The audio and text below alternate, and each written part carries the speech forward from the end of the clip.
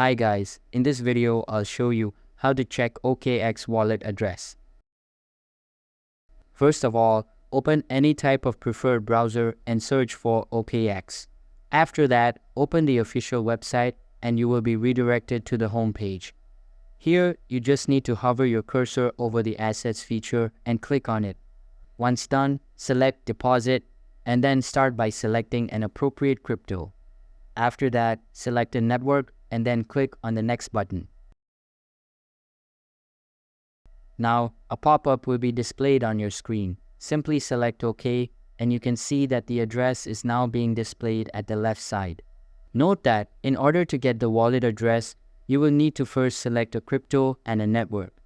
As your wallet doesn't have an address of its own, but it relies on different networks and their addresses.